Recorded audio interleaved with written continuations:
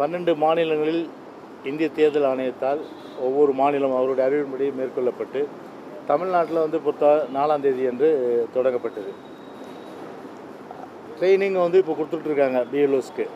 அதே போன்று எங்களுடைய கட்சி சார்பிலும் சரி அந்த பிஎல்ஏ 2 வந்து ட்ரைனிங் அட்டன் பண்ணுறாங்க. இப்போ சமீபத்து இந்த 4ஆம் தேதி நேற்று தொடங்கின அந்த சூழ்நிலையில் பல மாவட்டங்களிலிருந்து தலைமை கழகத்திற்கும் பொதுச் செயலாளருக்கும் எங்களுக்கும் வந்த தகவல், பொதுவாகவே பிஎல்ஓ அவர்தான் வந்து இந்த வாக்காளர் படிவத்தை ஒவ்வொரு வீடாக சென்று கொடுக்க வேண்டும். கொடுக்கப்பட்ட அந்த படிவத்தை அந்த பிஎல்ஓ என்று சொல்லக்கூடிய பூத் லெவல் ஆஃபீஸர், பாகநிலை முகவர் என்று சொல்லுவார்கள், பூத் நிலை ஆஃபீஸர், அந்த பிஎல்ஓ அவர் தான் வந்து ரிசீவும் பண்ணணும், பெறணும். அதாவது கொடுப்பதும் அவர் தான், பெறுவதும் அவர் தான்.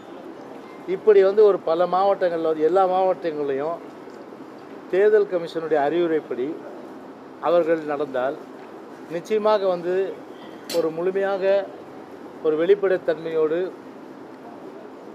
ஒரு வாக்காளர் பட்டியல் உண்மைத்தன்மையோடு இருக்கும். ஆனால் பல மாவட்டங்களில் என்ன ஒரு நிலைமை என்று சொன்னால், இதற்கு நேர்மாறாக பிஎல்ஓ 2லிருந்து பிஎல்ஏ 2 என்று சொல்லக்கூடிய சில கட்சிகள், குறிப்பாக ஆளும் தரப்புன்னு வச்சிங்களேன், அந்த கட்சிகள் பிஎல்ஓ மிரட்டி எங்ககிட்ட கொடுங்க ஃபார்மை, படிவத்தை நாங்கள் தான் கொடுப்போம், அது மட்டும் இல்லை நீங்கள் கொடுத்த படிவத்தை நாங்கள் வாங்குவோம், அது பிறகு தான் உங்ககிட்ட கொடுப்பேன்னா இது எந்த விதத்தில் நியாயம்? தயவுசெய்து நீங்கள் வந்து சிந்திச்சு பாருங்கள். இது கொஞ்சம் கூட நியாயம் இல்லை. உதாரணத்துக்கு இப்போ வந்து நான் வந்து இப்போ வந்து எல்லோருக்கும் அறிமுகமானவன், அதே போல் இங்கே இருக்கும் எல்லோருமே வந்து அறிவின்பதுலேருந்து பாலா வந்து எல்லாமே அறிமுகமானவன். எங்கள் ஓட்டை யாரும் எடுக்க முடியாது.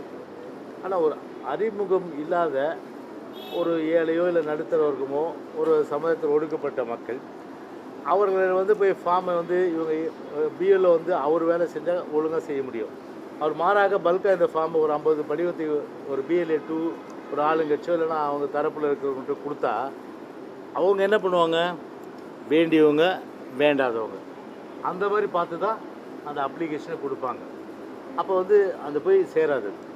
சரி, ரிசீவ் பண்ணுறதுன்னு பார்த்தீங்கன்னா இவங்க போய் கேட்பாங்க. எங்ககிட்ட கேட்க முடியாது, ஏன்னா எங்ககிட்ட அடி வாங்குவாங்க தெரியும் நல்லா. அதனால் வந்து எங்ககிட்ட கேட்க முடியாது. அதனால் ஒரு அப்பாவிக்கிட்ட போயிட்டு எங்கிட்ட கொடுங்க, நீங்கள் அங்கே போய் கொடுக்குறீங்க, பிஎல்ஓ வரமாட்டார், பிஎல்ஏ 2 நாங்கள் தான் அதிகாரம் பெற்றவங்க, எங்ககிட்ட கொடுங்க சொல்லி அந்த ஃபார்மை வாங்கி அந்த